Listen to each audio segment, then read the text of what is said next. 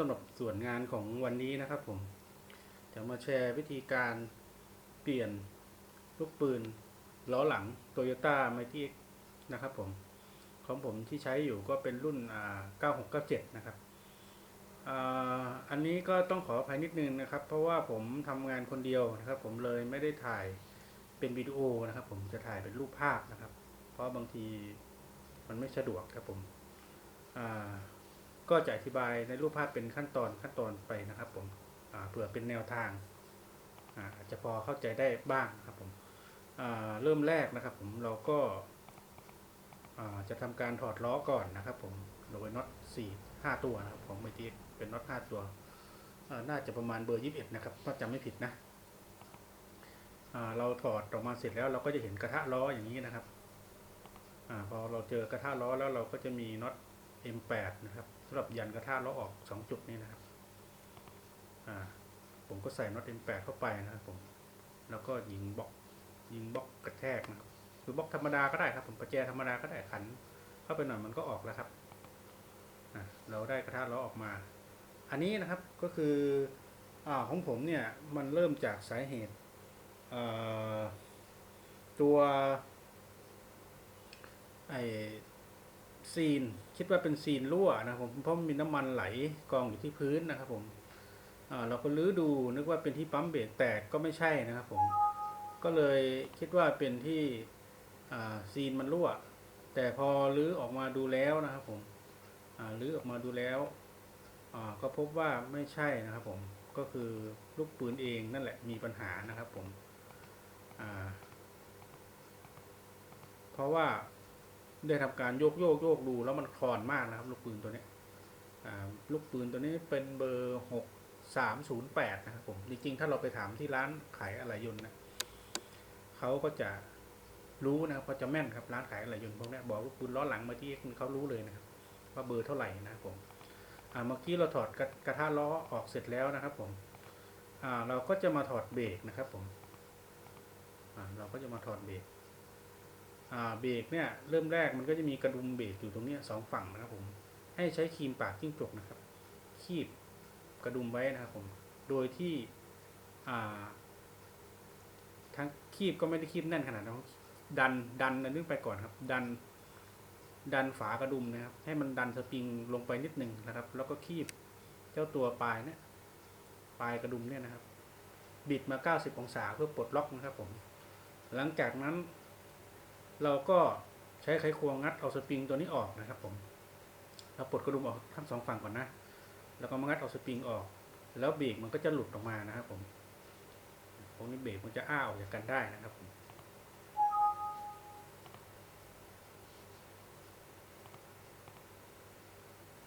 ตัวนี้มันก็จะ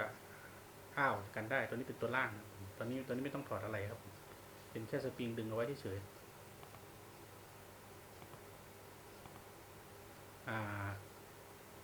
มันจะมีจุดหนึ่งนะครับพอเบรกมันอ้าวแล้วเราปลดตรงนี้นะครับผมเป็นตัวดึงสายเบรกมือนะครับต้องปลดออกด้วยนะครับผมแล้วต่อมานะครับผมต่อมาก็เป็นจุดนี้นะครับเป็นน็อตเบอร์10นะครับ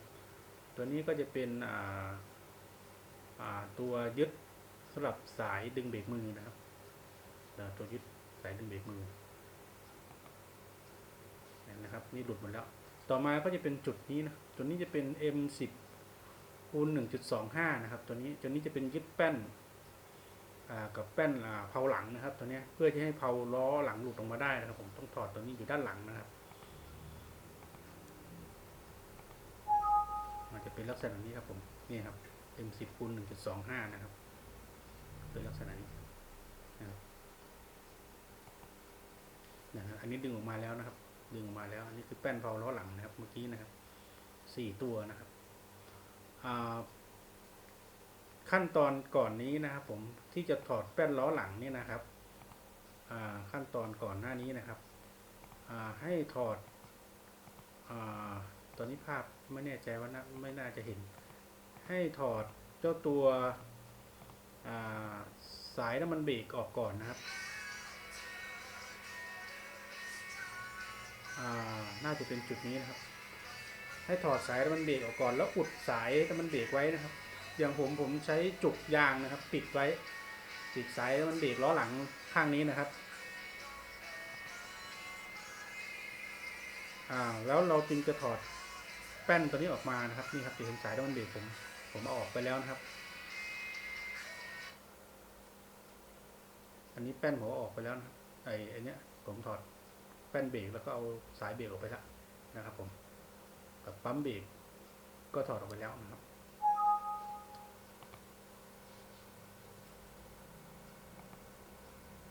ต่อมานะครับผม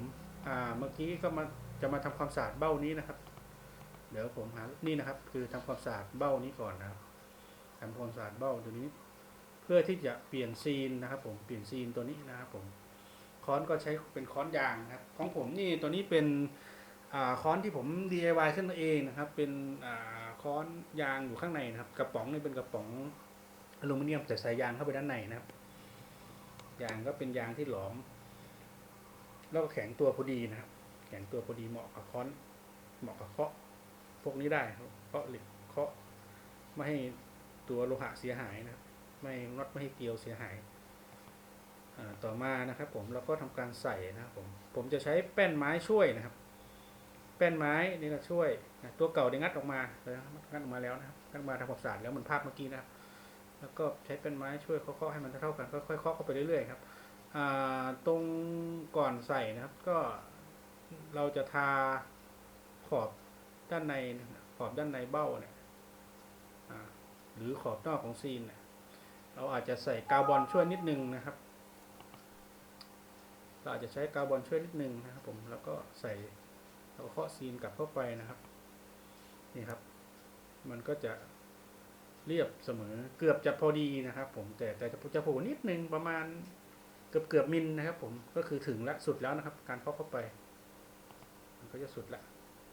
อันนี้นะครับผมในส่วนของลูกปืนนะครับผมลูกปืนตัวเก่าเนี่ยเป็นตัวนี้นะครับอันนี้เราใช้แท่นไฮดรอลิกอัดออกนะครับเพราะว่ามันใช้แรงเยอะมากถ้าเคาะคงไม่ไหวนะครับผมโดยอันนี้ผมไปจ้างโรงกึ่งเขาที่มีแท่นอัดใหญ่ๆนะครับเขาอัดให้เขาคิด200 บาทนะครับเขาอัดให้เสร็จแล้วเขาก็อัดกลับก็ใส่ลูกปืนกลับเข้าให้เราเหมือนเดิมนะครับตัวนี้นะครับก่อนจะเอาลูกปืนออกนะครับจุดนี้มันจะมีแหวนล็อกนะครับผมให้เอาใช้ครีมถ่างเอาออกนะครับผมถอดออกไปนะครับแล้วก็ไปให้ลงกึ่งก็อัดให้ต่อนะครับผมพอประกอบเข้าแล้วก็ใส่แหวนล็อกตัวนี้ด้วยนะครับผมก็จะเป็นประมาณนี้นะครับแหวนล็อกก็อยู่ตรงนี้นี่ครับแหวนล็อกแล้วก็อีกตัวหนึ่งก็คือซีนกันฝุ่นตัวนี้นะครับก็เปลี่ยนด้วยนะครับผมเปลี่ยนด้วยเดี๋ยวเลือกมาเดี๋ยวจะเห็นครับซีนกันฝุ่นนี่มันจะอยู่อีกด้านหนึ่งนะครับอยู่ด้านล่างด้านหน้านะครับผมก่อนถอดพอดีภาพผมถ่ายไม่หมดนะครับต้องขออภัยลืมถ่ายตรงจุดซีนกันฝุ่นให้นะครับ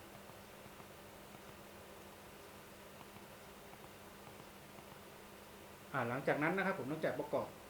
ล้อเสร็จแล้วนะครับผมก็เอาสวมเข้าไปนี่เลยครับนี่จะเห็นสวมเข้าไปเลยสวมเข้าไปแล้วก็ขันน็อตนี่ครับ4ตัวนี้แป้นมันก็จะมาถูกยึดนะครับผมไอ้ตัวนี้นะครับมันก็จะมายึดกับส่วนนี้นะครับผมแล้วก็ไล่ประกอบย้อนกลับไปให้เสร็จให้หมดนะครับแล้วค่อยประกอบล้อนะครับผมก็หลังจากนั้นก็ของผมนะครับผมก็ไปเปลี่ยนถ่ายน้ำมันส่วนท้ายนะครับผมหลังจากนั้นเปลี่ยนถ่ายน้ำมันส่วนท้ายเพราะว่าลูกปืนมันแตกเนี่ยมันหลวมเนี่ยมันมีเศษเหล็กตรงนี้ด้วยนะครับผมก็คือทำความสะอาดแล้วก็เปลี่ยนถ่ายน้ำมันส่วนท้ายแล้วก็ถ่ายออกไปเลยนะครับผมอันนี้ก็อาจจะไม่ละเอียดมากนักนะครับผมก็ดูเป็นแนวทางนะครับผมดูเป็นแนวทางแต่จริงมันก็ทำไม่ยากหรอกครับเผื่อที่ผมลงวิดีโอเพราะว่าก่อนหน้านี้ผมได้ไปหาดูใน YouTube มันไม่มีใครทำเป็นตัวอย่างไว้ให้ดูเพราะว่าดูเพื่อที่จะดูว่าลักษณะคร่าวๆมันเป็นยังไงเวลาเราทำงานจะได้ไวขึ้นครับไม่ต้องมานั่งวิเคราะห์ทีละจุดมันจะทำให้ช้าครับผมสำหรับส่วนงานของวันนี้นะในส่วนของชุดลูกปืนเปลี่ยนลูกปืนและเปลี่ยนซีนล้อหลังของไมตี้ก็ขอจบลงเพียงเท่านี้ครับผมผิดพลาดประการใดก็ขออภัยด้วยนะครับผม